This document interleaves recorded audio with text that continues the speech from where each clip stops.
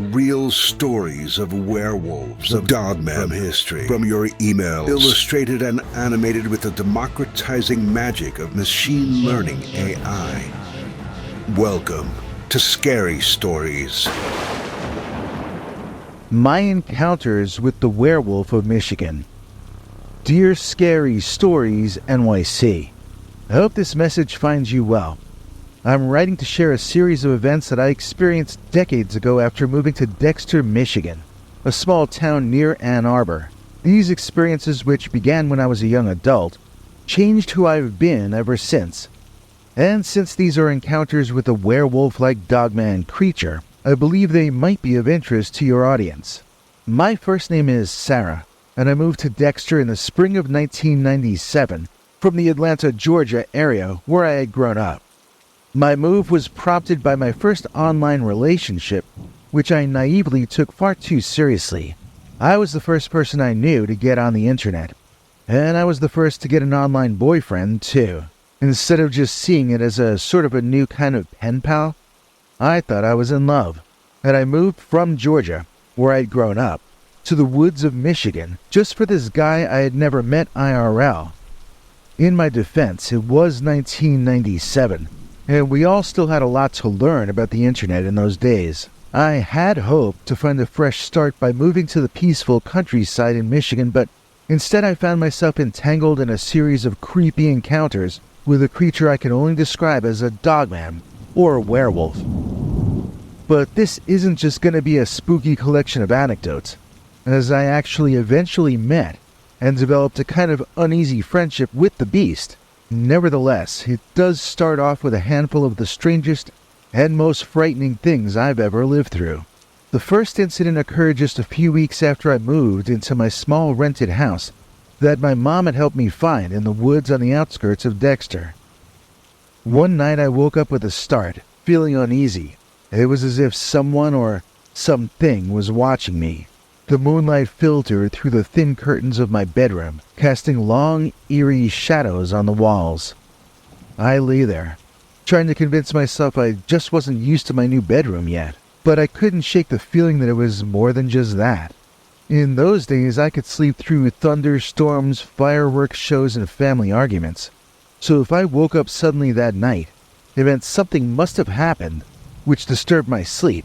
I turned my head slowly toward the window, and that's when I saw it. A large, shadowy figure, with glowing eyes, was peering in through the glass. It stood completely still, just watching, as though someone had set up a statue of a monster outside my house while I was sleeping. Its outline was unmistakably that of a large, upright canine, with pointed ears and a muscular frame. My online boyfriend had joked with me that I was moving into Dogman territory, which was the first time I had ever heard of the Michigan Dogman. And yet there it was, just on the other side of my window that night. I wondered if I could be dreaming, so I wanted to pinch myself and wake up. Instead, I just sat there staring out at the monstrous thing that kept staring back in at me. I was paralyzed with fear, unable to move, unable to make a sound. After what felt like an eternity, the figure suddenly bolted away from the window and disappeared quickly into the night. As if I had been untied or unchained, I jumped out of that bed and I ran to the window, but the creature was long gone, if it had even been there in the first place. I texted my mother back in Georgia about the incredibly realistic nightmare I had just had, because I really thought it was the stress of the move which had caused me to hallucinate the experience. By the morning, I was laughing at myself for having thought it could have actually been a mythical cryptid looking in at me while I slept. I felt embarrassed at how childish I was being, and I got dressed like an adult to go be serious at my office job that day. Before I delve into the subsequent sightings, I should explain just a little bit about why I moved to Dexter. I had met this guy named Tom in an online singles chat room in early 1997. At that time, the internet was still a new and exciting thing for everyone. I was using AOL in those days, I remember, and I was connecting through that loud, squealing dial-up connection. Was it 56K or 128K by then? I don't really remember. So anyway, this guy Tom and I hit it off immediately, exchanging messages for hours each day. He seemed charming and kind, and I quickly fell for him. When he suggested that I move to Michigan to be with him, I agreed without much hesitation. Leaving my friends and family in Atlanta was difficult, but I was eager for a new adventure. I found a job as a clerical assistant in a large office building in Detroit, which required a daily commute from Dexter to Ann Arbor, and then to Detroit. It was a long journey, but I didn't mind at first. The job was decent, and I was hopeful that things with Tom would work out. Unfortunately, reality set in shortly after I arrived. Tom turned out to be nothing like his online persona. In real life, he was distant, irritable, 8 years older than he had admitted before our meeting, and I don't think he understood that he was often verbally abusive toward me. I think he just grew up in a mean family. I don't think he was going out of his way to be meaner to me than he was to everyone else. I think he just used up all his niceness writing online and had none left for real life. Our relationship quickly deteriorated, but I decided to stay in Dexter for the sake of my job and also since I had no money to do anything else. Embarrassed at having made such a stupid life choice, I was hoping that maybe things would improve over time. A few days after that first sighting of the Dogman or werewolf outside my bedroom at night, I decided to take a walk in the woods near my house to clear my mind. Remember, I was still trying to convince myself that I had dreamed or hallucinated that first experience. The woods that day were thick and dense, and I found the quietness calming. As I walked along the narrow path, I started to feel uneasy again. It was late afternoon, and the sun was beginning to set, casting long shadows through the trees. I'd see the shadows of leaves blowing in the breeze, and I would think I was seeing some creature there, hiding, or moving. I heard a rustling noise behind me, and I started listening as I walked. The sound of footsteps crunching on the leaves followed, matching my pace.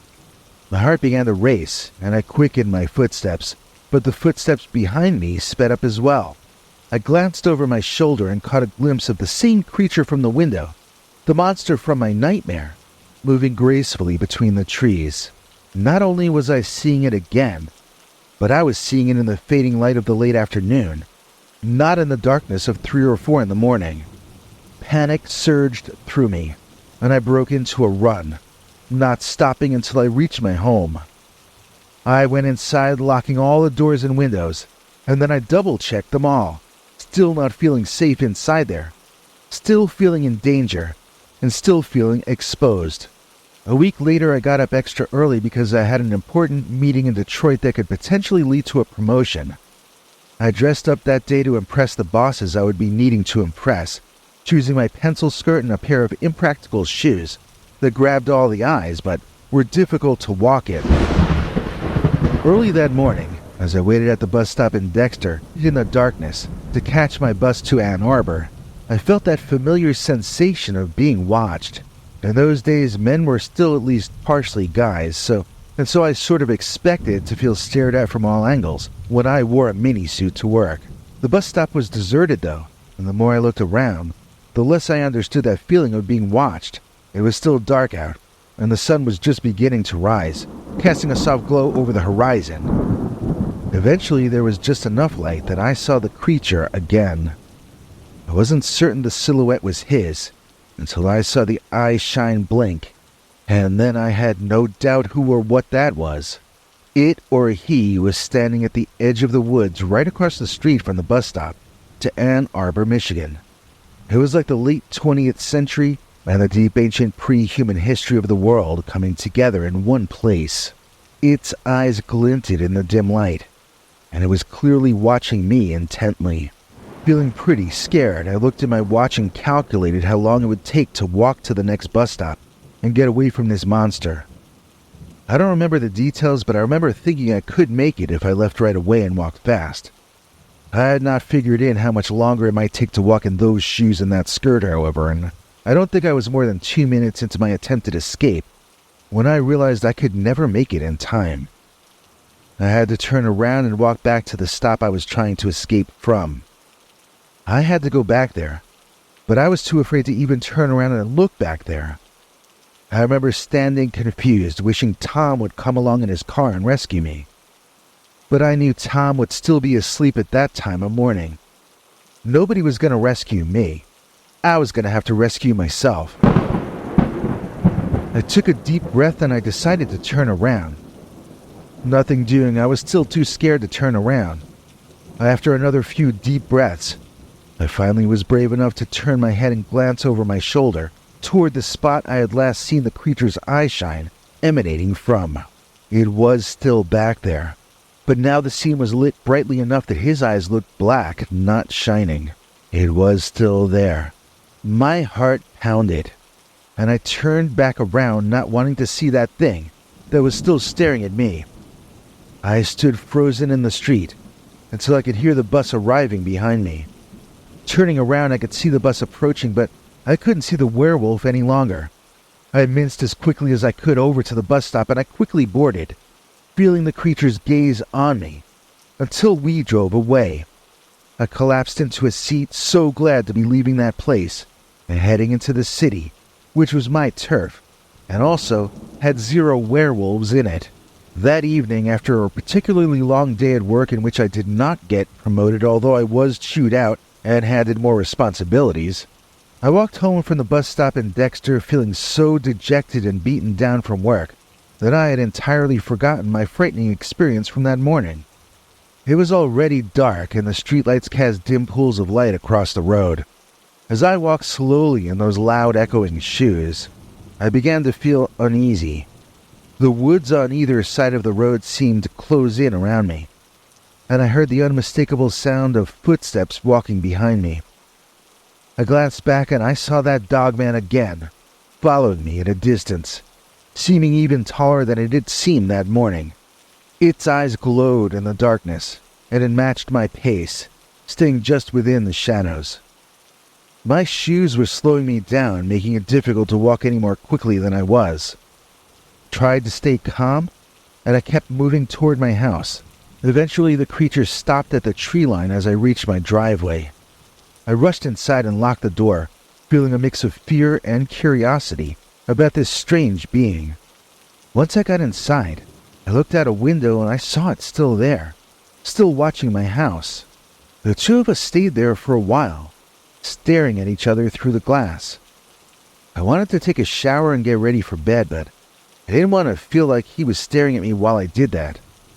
I felt like I wanted to tell it what I just told you, so I walked back out the front door of my house, and I made eye contact with the creepy critter standing just inside the woodline.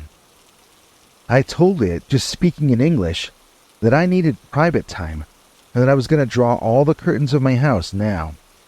I'm not kidding, I spoke out loud to this werewolf Dogman thing, as though he were the milkman. And what was even weirder was that he seemed to understand me, at least on some level. I saw the figure of the beast turn, and within seconds it was gone, presumably off to stare at some other lucky Michigander. I started drawing the curtains after that to signal that I really did want to be alone, and I never heard him outside again at night after that. Not when I wanted to sleep, at least. One evening I decided to take a shortcut through a cornfield on my way home from work. It was early evening and the sky was dimming. The cornfield was dense, with rows of tall stalks swaying in the breeze, creating an eerie rustling sound. I thought it might save me some time and I'd be home quicker, but as soon as I stepped into that field, I started to regret my decision. As I walked along the narrow path, the stalks towering above me, I heard a rustling noise that was different from the wind. It sounded more like something moving with purpose. I felt a growing unease, but I told myself it was just my imagination. I quickened my pace, hoping to get through the field as fast as possible. Then, out of the corner of my eye, I saw the tops of the corn stalks parting, and something large moved through the field towards me. My heart began to race. I stopped and I listened, the sound of my own breathing loud in my ears. The movement in the cornfield grew closer, and I caught glimpses of a dark form through the gaps in the stalks. It was the same creature, the Dogman, moving gracefully but with an intensity that freaked me out. Suddenly, the Dogman emerged onto the path just a few feet in front of me, blocking my way. I froze, my heart pounding so hard I thought it might burst. The creature stood there, its eyes fixed on me. It was much closer than it had ever been before, and I could see the details of its fur, the pointed ears, the muscular frame. I could also see the intelligence in his eyes, and it unnerved me. For what felt like an eternity, we stood there facing each other. The Dogman didn't move aggressively. Instead, it seemed to be sniffing the air, as if trying to sense my intentions. I tried to remain as calm as I could, although every instinct told me to run. The creature took a step forward, and I took a step back, my heart nearly stopping. And then, suddenly, strangely, the Dogman stepped aside, moving off the path into the stalks, but continuing to watch me. It looked as though he were giving me permission to pass. Well, I didn't hesitate. I walked quickly, trying not to break into a run, feeling its gaze on me the entire time. Once I felt I was out of its sight, I broke into a sprint, not stopping until I reached the edge of the field and saw the familiar outline of my house. When I finally got home that evening, I locked the door behind me and I sank to the floor, my legs trembling. The image of the creature's intense gaze stayed with me, and I realized that the Dogman wasn't just observing me from a distance anymore.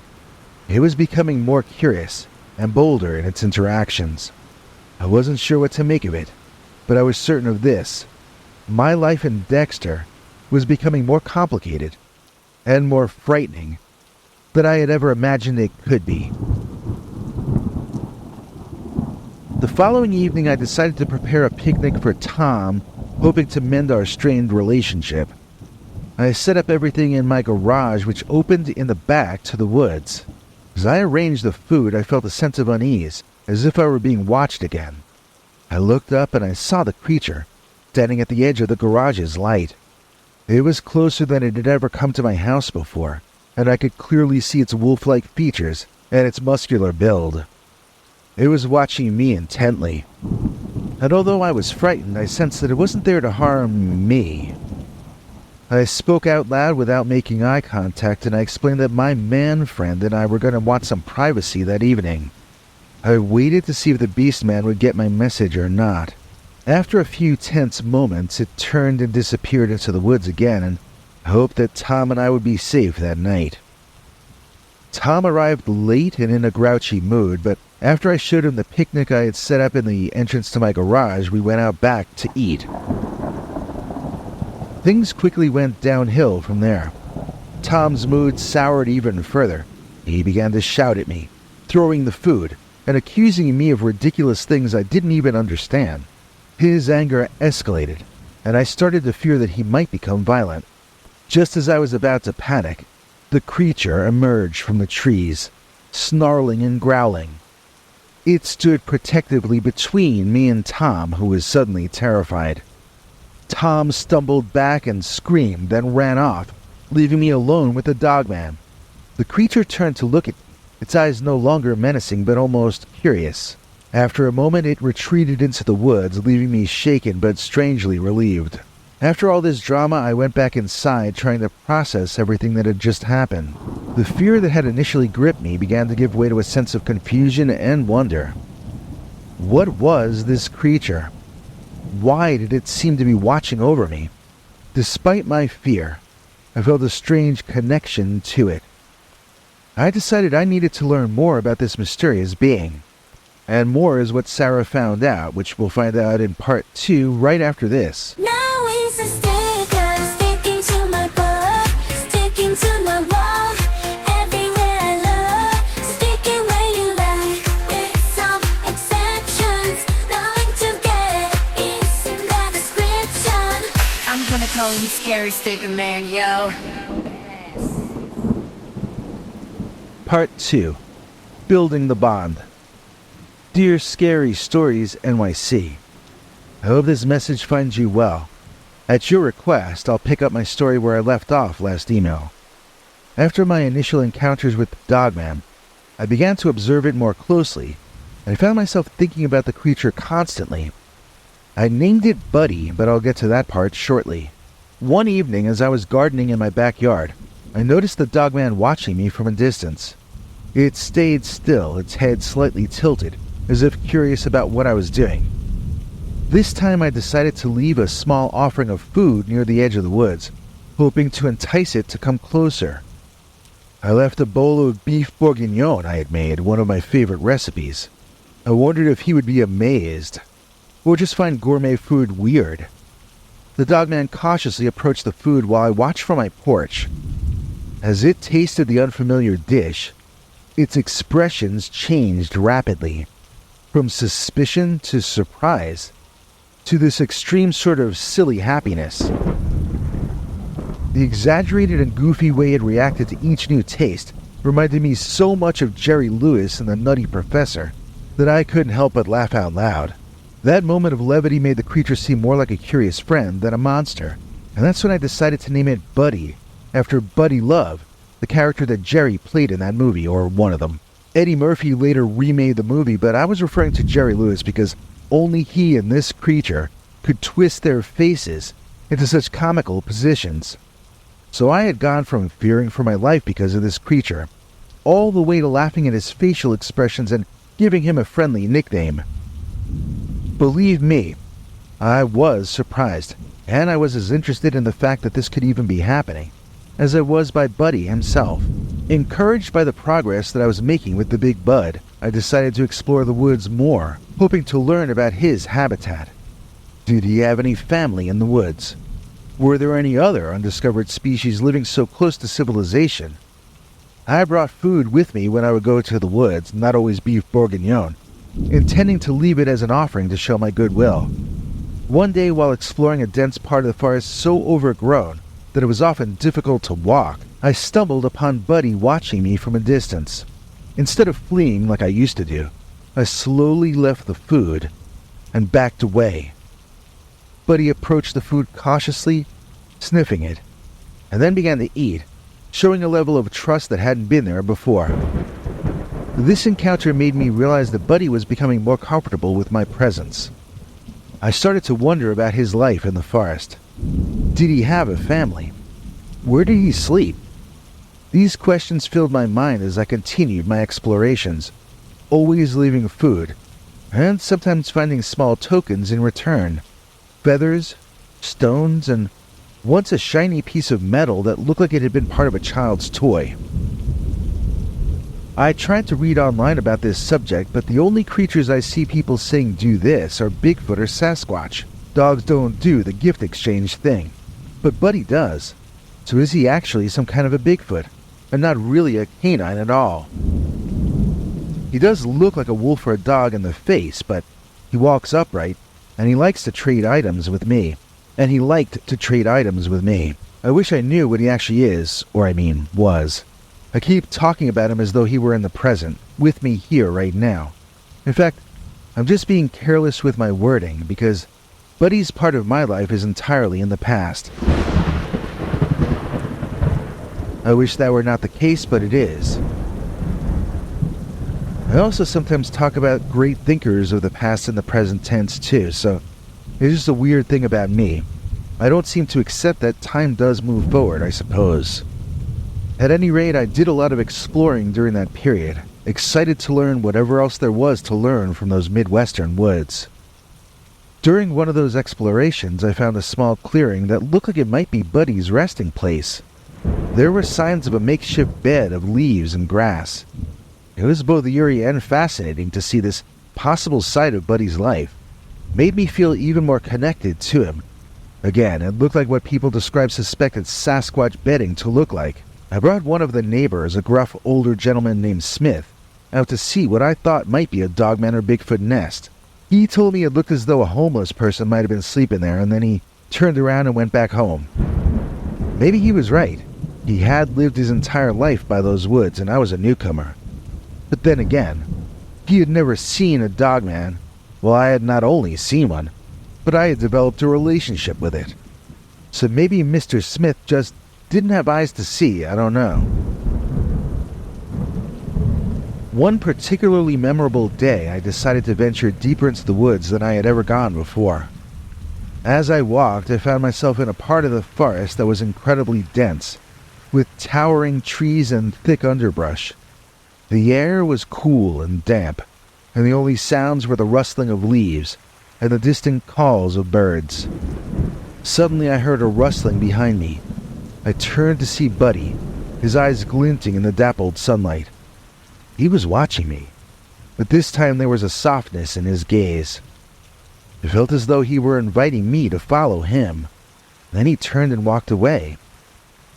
I decided to take a leap of faith. I followed Buddy as he led me through the forest, moving gracefully and silently. We came to a small, secluded pond. The water was crystal clear, reflecting the surrounding trees and the sky above. Buddy waded a foot or two into the water and began to drink. I sat on a nearby rock watching him. This was a side of Buddy I had never seen before. A peaceful, almost serene moment that made me feel incredibly close to him. We stayed there for hours. Buddy lay by the water, occasionally looking up at me with those deep, intelligent eyes. It was as if he were inviting me into his world, a world that was both wild and beautiful. I felt a deep sense of gratitude for this unique bond we were forming. This moment by the pond was one of the most profound experiences of my life, and it solidified my commitment to understanding and protecting Buddy. The creature often appeared near my house at night, which I initially found unsettling, I admit. However, over time, I began to see it as a form of silent companionship. I started leaving out small gifts, like shiny objects or food, to see if Buddy would take them. It won't surprise you to learn that Buddy began to leave small tokens in return. Each morning I'd find something new, a feather, a stone, or another small object. I felt like we were establishing a form of communication almost, a silent dialogue that deepened our connection. One particularly memorable night, I left him a silver-plated bracelet I had found in an old jewelry box. I had originally thought it was real and I had it appraised, but I found it was only silver on the outside. Still, it was lovely and I had shined it up to take it into town, so I left it out as a gift for Buddy. The next morning it was gone, and in its place was a beautifully polished stone that glinted in the sunlight. These exchanges became a nightly ritual, one that I looked forward to with a mix of excitement and curiosity. On another night I decided to leave out a small mirror. I wondered if Buddy would even find that interesting. The next morning the mirror was gone, and in its place was a delicate bird's nest, carefully constructed and placed where the mirror had been. These nightly exchanges became more than just a way to communicate. They became a way to understand each other's worlds. There was one night when I left out a small flashlight, hoping Buddy might find it useful or intriguing. The following morning I found the flashlight still there, but it had been switched on and off, I could tell, because he left it on. I was happy that he had at least tried to understand how it worked. Next to the flashlight was a small piece of wood, carved into a shape that vaguely resembled a human figure. I thought it was a touching gesture, and it made me realize just how intelligent Buddy was. Another memorable exchange happened when I left out a music box. It was a cherished item from my childhood, and I had hoped Buddy would enjoy the soft tunes it played. The next morning the music box was gone, and in its place was a cluster of wildflowers tied together with some kind of tall grass. The flowers were vibrant and fresh, and the arrangement was so thoughtful and so beautiful that it brought tears to my eyes. Buddy's understanding and appreciation of my gifts deepened our bond even further. These nightly exchanges became a cherished part of my routine. I would spend my evenings thinking about what to leave for Buddy, always eager to see what he would bring in return. It was a unique and beautiful way to communicate.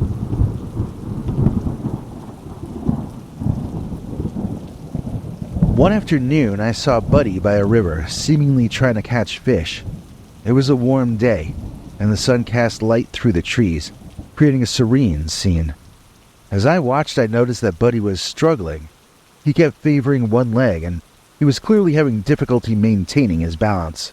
I decided to approach cautiously, staying low to the ground to appear less threatening.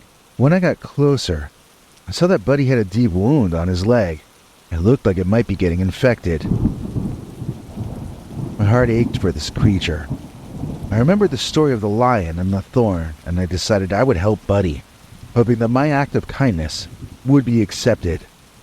Slowly I approached, speaking softly as I moved. Buddy watched me intently, but he didn't move away.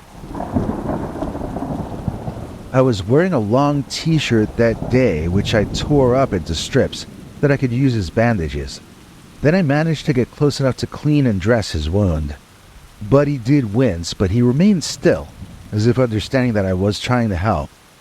After I finished cleaning the wound out, Buddy licked my hand gently, a gesture that felt like gratitude. For the next few days, Buddy stayed close to my house, and I checked on his wound regularly. This act cemented our bond, and I began to feel a sense of mutual trust and protection. As Buddy healed, I noticed him becoming more active and playful. One day, while I was checking on his wound, Buddy gently nudged me with his nose and then playfully splashed water on me from the river. It was a small gesture, but it felt like a breakthrough, a sign that Buddy was not only healing physically, but also becoming more comfortable and trusting and playful around me. A few days later, I brought some fish from the market, hoping to treat Buddy to something he seemed to enjoy. I cooked the fish over a small fire by the river, and Buddy watched me curiously.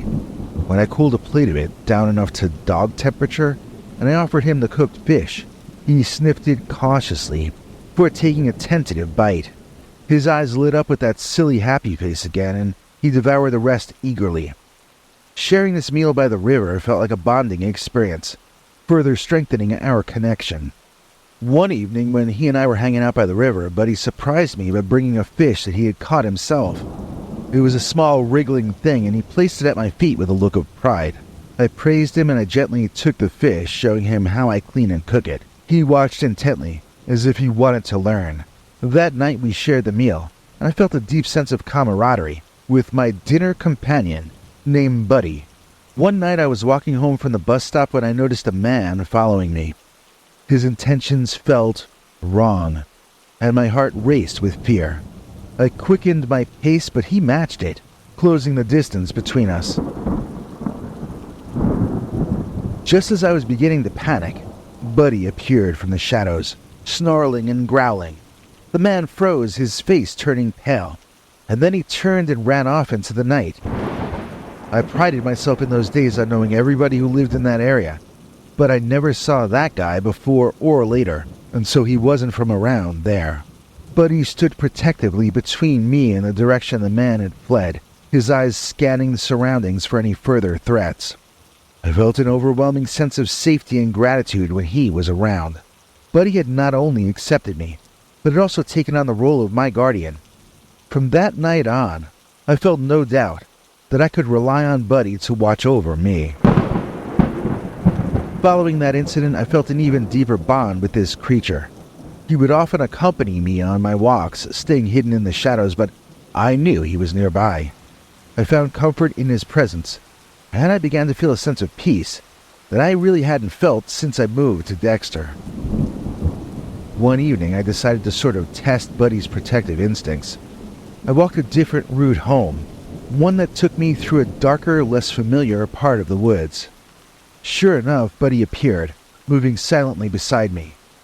When a stray dog approached barking aggressively, Buddy stepped forward, baring his teeth and emitting a low growl.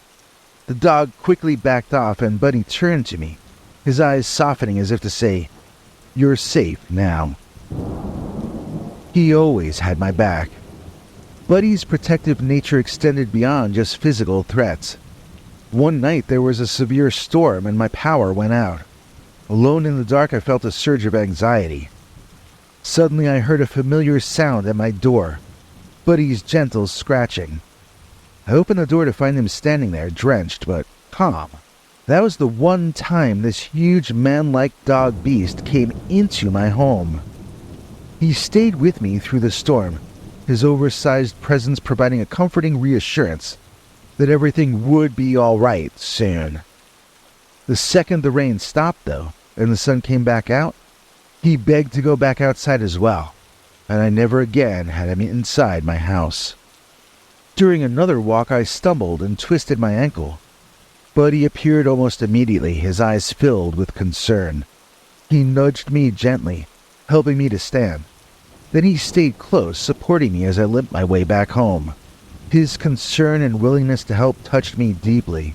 It was clear that Buddy cared about my well-being just as much as I cared about his. Buddy's protective instincts also showed in subtler ways. He would often lead me away from certain areas of the forest, nudging me to take different paths. At first I didn't understand why, but then I realized that Buddy was guiding me away from potential dangers. Like for instance, one afternoon we were walking through a particularly dense part of the forest. The ground was covered in fallen leaves and moss, making it difficult to see where we were stepping. Buddy suddenly stopped and nudged me to the right, away from my intended path. I hesitated, curious about this behavior, but I followed his lead. As we continued along, forging a new path, I felt a rumble in the ground underneath and behind us. I glanced back there, and I saw a section of the ground give way, revealing a hidden sinkhole. The earth had been unstable in the direction I had chosen to go in, and if we had continued on our original path, I might have fallen into the ground. I gingerly approached the edge of the chasm, and I peered down inside. It was deeper than I had expected, and lined with sharp rocks. The sight of the gaping death hole in the woods behind my house slapped me awake more than 10 cups of coffee would have. Buddy had sensed this danger before I could see it, and his timely intervention had saved me from ending up Swiss cheese. I made a mental note to pay greater attention to Buddy's opinion of everything, at least everything that happened in the forest from then onward. If he looked relaxed, then things were fine. If he looked stressed out, though, well... One time, Buddy and I were exploring a different part of the woods. The area was overgrown with thick underbrush and bushes, but I was in the mood to push through and make our way directly forward. I was trying to find a way through when Buddy nudged me again, this time guiding me away from some trees that I was certain gave way to a well-worn path on the other side. I could literally see the path through the thicket, but Buddy was insistent, gently pushing me toward a clearer path. By then, I had already learned to trust his instincts and was going to do what he suggested, but first, I wanted to understand what he was warning me about this time. Curiously and cautiously, I pushed aside some of the branches to see what Buddy was avoiding. Hidden in the foliage were long, sharp thorn bushes that could have easily torn through my clothes and skin. I realized that trying to push through the thicket would have resulted in painful cuts and scratches. Buddy's guidance had spared me from unnecessary harm. I patted his head, grateful for his instincts. On one of our walks, Buddy and I stumbled upon a large black bear. Michigan is home to many black bears, and while they are usually not aggressive, they can be dangerous if provoked or if a human comes too close. The bear was rummaging through some bushes, probably looking for berries. I froze, my heart pounding, unsure of what to do. Buddy, sensing the danger, positioned himself between me and the bear. He stood tall on his hind legs and growled, a deep, menacing sound that seemed to vibrate through the air and the earth below. The bear looked up and stood on its hind legs as well, its eyes locking onto Buddy's. For a moment, it seemed like the bear was going to challenge Buddy, but then it had second thoughts about that and backed away slowly, eventually turning and lumbering off into the woods on all fours. I let out a breath I hadn't realized I was holding, feeling immense relief. Buddy had protected me once again, using his presence and his growl to keep the bear at bay. Another encounter happened during a quiet evening walk. The sun was setting, casting long shadows through the trees. Buddy and I were walking near a small clearing when I heard a rustling sound. I looked up to see a pack of coyotes emerging from the underbrush. Now, coyotes are common in Michigan and can be dangerous, especially when they're in packs. Buddy immediately moved in front of me, his body tense and his eyes focused on the coyotes. He bared his teeth and he let out a series of sharp barks. The coyotes, sensing Buddy's strength and determination, hesitated. They circled each other for a few tense moments, their eyes glowing in the fading light. And then, one of them backed off and disappeared into the woods, and the rest followed. Buddy watched them go, not relaxing until they were completely out of sight. I knelt down and hugged him, my heart still racing from this close encounter.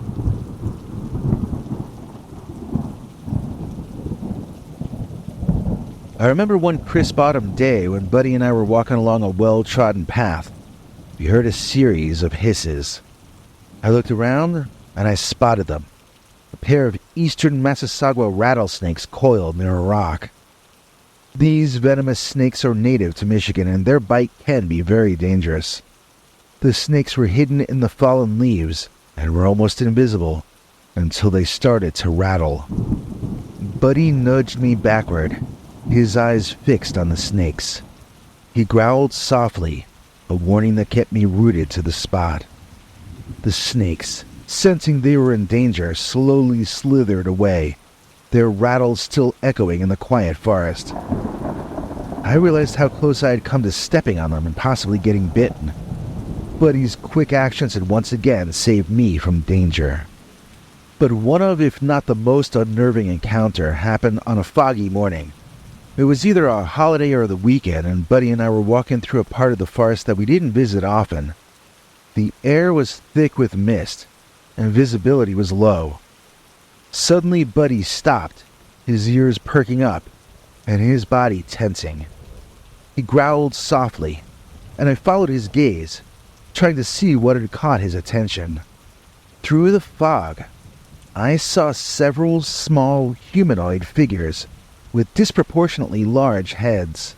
Their eyes were wide and glinted in the dim light. Their skin was a sickly pale color. They were bald and unlike any animals I had ever seen. They appeared to be wearing raggedy clothing, and my mind raced to make sense of them. I thought for a second that I might be seeing aliens, but they weren't space aliens. Somehow, I guess by their ragged clothing, I knew they weren't from space or from the future, but I couldn't figure out where they were from or what they could be. A sense of fear washed over me, stronger than anything I had ever felt before, even the first couple times I saw Buddy. The figures moved closer to us, their movements eerie and almost synchronized. Buddy dropped to all fours, getting down closer to their level, and he bared his teeth, growling more fiercely, his posture protective. Honestly, he looked as scared as I felt, but his fear seemed deeper, almost primal.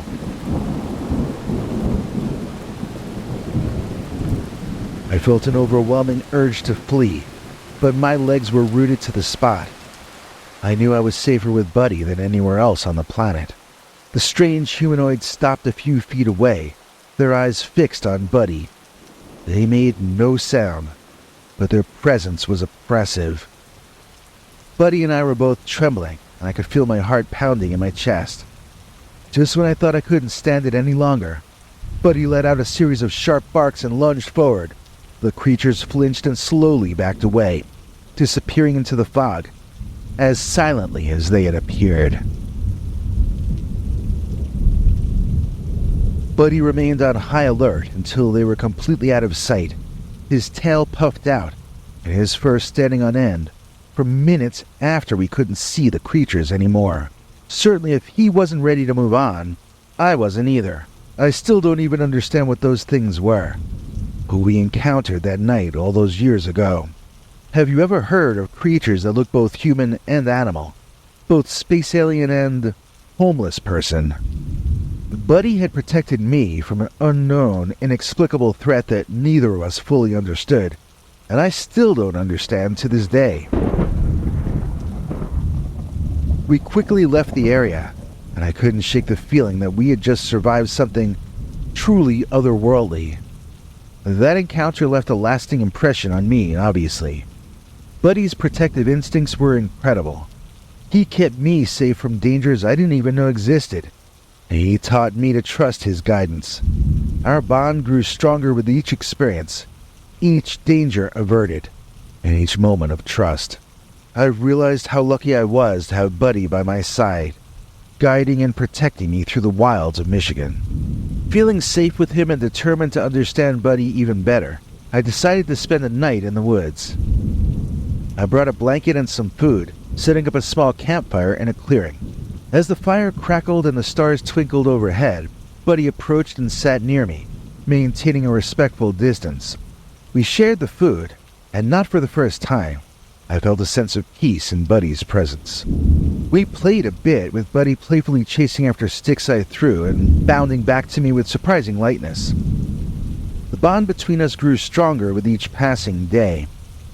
That night, as I lay under the stars with Buddy nearby, I felt a connection that went beyond words. Buddy had become a significant part of my life, and I cherished every moment we shared. During that night in the woods, I observed Buddy's behavior more closely. He was alert, his ears twitching at every sound, his nose constantly sniffing the air. Despite his wild nature, there was a gentleness in his movements and a warmth in his eyes. At one point he lay down beside me, his fur brushing against my arm. The simple act of lying next to him made me feel incredibly close. The following morning, as the sun rose, Buddy and I shared a quiet moment by the campfire. He seemed to enjoy the warmth, and I noticed how his eyes softened as he looked at the flames. It was a serene moment, one that I wished could last forever. As I packed up to leave, Buddy followed me to the edge of the woods, watching as I made my way home.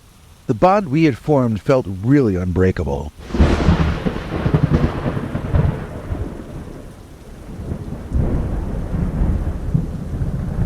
Buddy's playful nature continued to shine through during our time in the woods. He would often initiate games, running ahead and then turning back to wait for me, his eyes sparkling with excitement. We spent hours exploring, discovering hidden spots in the forest that felt like our secret places. Buddy's enthusiasm and joy were infectious, making every moment feel special. One night as we lay under the stars, Buddy curled up beside me, his head resting on my lap. I gently stroked his fur, feeling a deep sense of contentment. The bond we had formed was unlike anything I had ever experienced. It was a connection built on trust, understanding, and a shared sense of adventure. Buddy had become my confidant, my protector, and my friend. As dawn approached, Buddy and I watched the first light of the day break through the trees. It was a beautiful, peaceful moment, one that I will always cherish. The time we spent together in the woods deepened our bond and made me realize just how special our connection was. Buddy had brought a sense of wonder and magic into my life, and I was grateful for every moment we shared. We'll be back with part 3, Farewell to Buddy, right after this.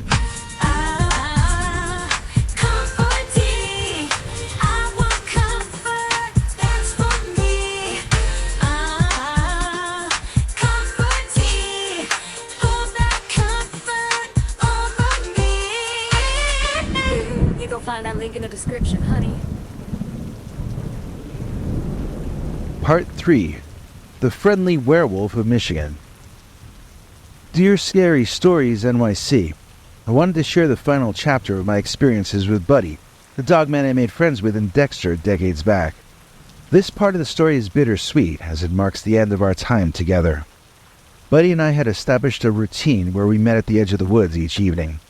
Buddy would greet me with a gentle nudge or a playful growl, and we would share food and play simple games. Buddy loved to fetch sticks or chase after birds or frisbees, and he displayed a playful side that made me forget, if only for a moment, he was not a typical pet, but a wild animal.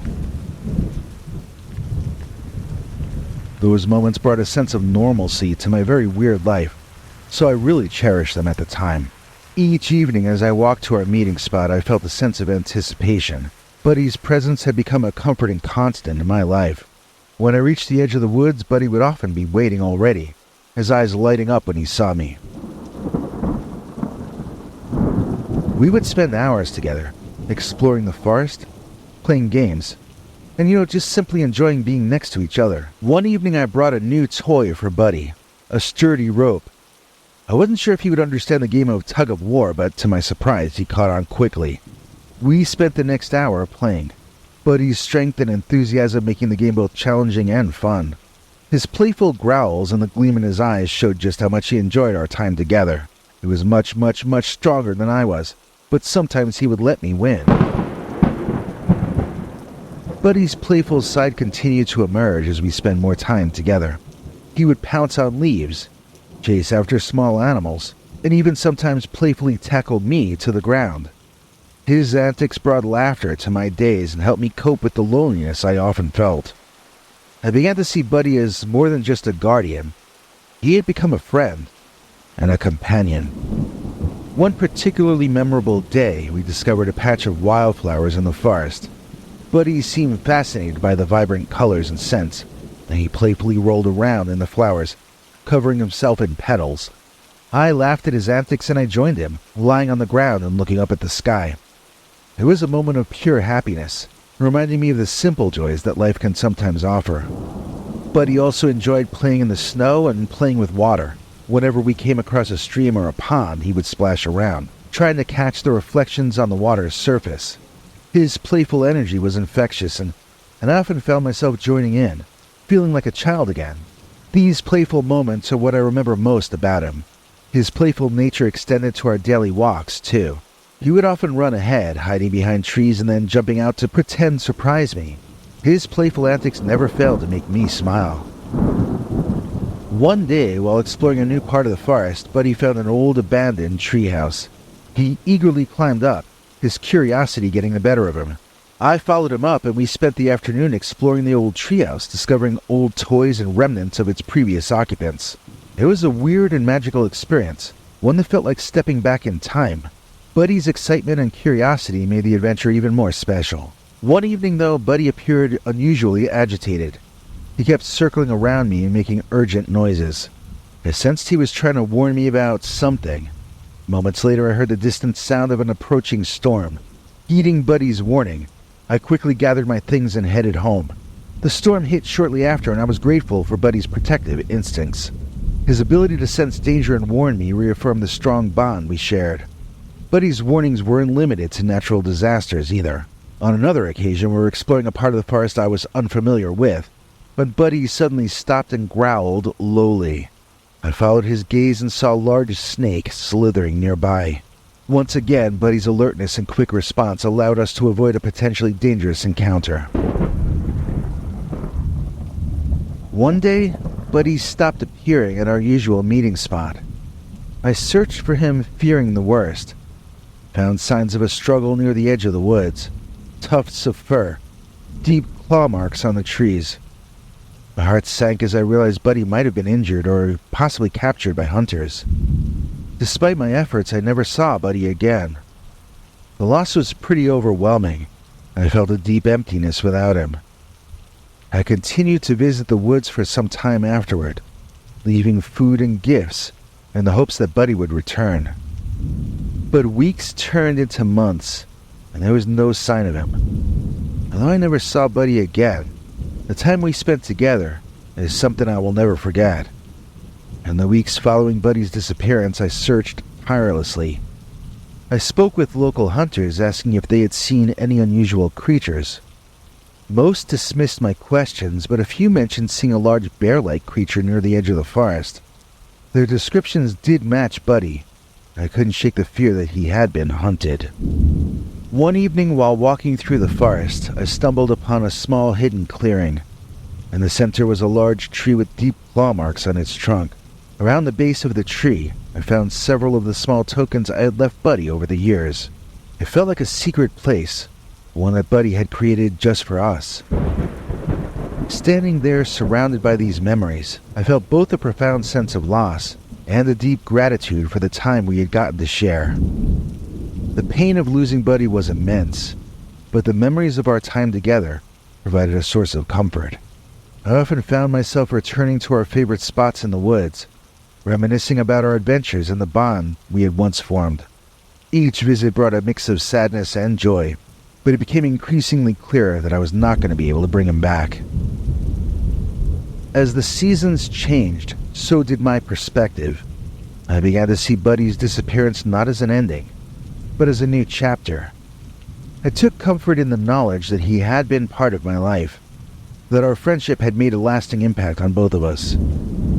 I continued to explore the forest, always hoping to catch a glimpse of him, but always knowing that our time together had been a gift. when a relative of mine offered me a good job back in my hometown outside of Atlanta. I figured it was finally time to move back there. It's hard for me to think about Buddy without feeling sad, but I tell myself that makes no sense. It was only the ending that was sad. The rest of the time we got to spend together was pretty special. Well, not the parts where I thought he was going to eat me alive, but after that we had some good times.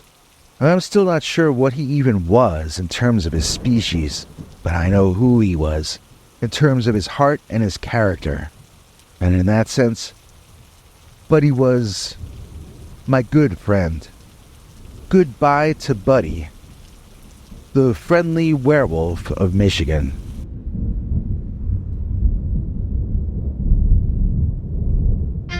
Skipper, it's a Gilligan hat, a Gilligan hat. Well, how about that? Skipper, it's a Gilligan hat. We sell a Gilligan hat. All that for spring and summer. Gilligan hat with the scary skull logo. Yeah, it's all that. You can buy it without a prescription. The link is in the description. The once and future channel member queen is Ms. Catherine Hamilton. Well, it almost rhymes. Please join us in thanking today's executive producer, Catherine Hamilton, for being a channel member at our $7 level and making this episode possible. To explain the perks Catherine receives and the ways you can help the channel to survive, here is our international TV spokesmongrel, Henry Lee Dogman. Hank. Thanks, Biggie. And thanks to all of you for watching this far. If you liked it, please click like. If you'd like to see more of our work, please subscribe. And also click that bell icon if you'd like to be notified when we put out a new episode. To become an executive producer, you can donate to us through the thanks button under each of our videos or through our paypal.me/PeterBernard209 page. To receive cool perks like secret uncensored Dogman episodes far too wild to ever run on this channel, you can become a YouTube channel member by clicking the join button, or join our PayPal subscribers club at peterbernard.com. Joining either at the $3 a month level or above gets you access to our over 25 hours of secret uncensored Dogman stories available nowhere else. Do you have a scary story about Dogman or some other kind of high strangeness that happened to you? Let us know by emailing us at scarystoriesnyc@gmail.com or by leaving us a voicemail message at 804-LA-SCARY. You may need to call back on that when it cuts off after I think 3 minutes. And if you don't want to do any of that stuff, thank you for simply watching to the end. Good night, and have a scary tomorrow.